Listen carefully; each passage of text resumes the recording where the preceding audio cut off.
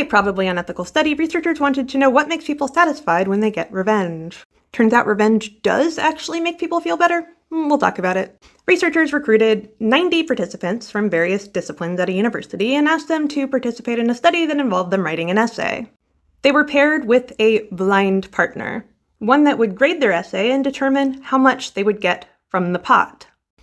Everyone, of course, got the same very bad score on their essay, which would mean that they got less of a reward. Students were then given the opportunity to get revenge by deducting money from their grading partner. Not everyone said yes, which surprised me, but for those who did, they only felt satisfied if they received a message from their partner stating their own wrongdoing. For those who simply deducted money and didn't get a report back, they didn't feel satisfied.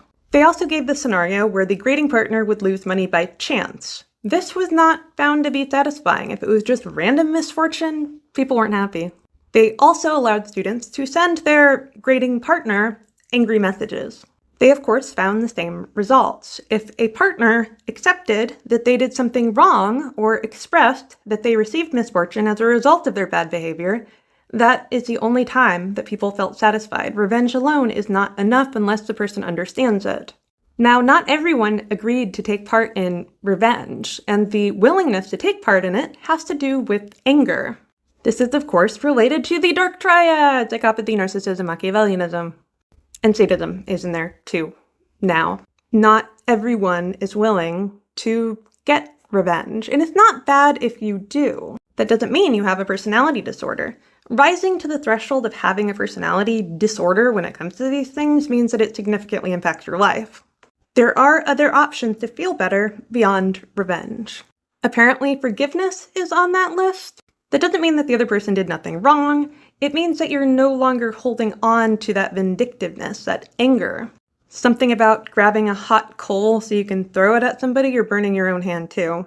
Of course, if you would consider being hurt yourself in order to carry out revenge, that's actually a dark triad personality trait. It's a pretty classic one. Would you pay more for an item if your enemies would pay double or triple that price? You're not supposed to say yes. I think what this says is that people don't just want misfortune for their enemies. They want people to understand what they did was wrong, why, and accept it, which is something that most of us never get. Unless you're willing and able to orchestrate that, then the only option really is for forgiveness, because holding on to that anger is just going to harm yourself in the end. Now, I'm not a mental health professional. I'm a scientist, and I'm not giving you advice on what you should do.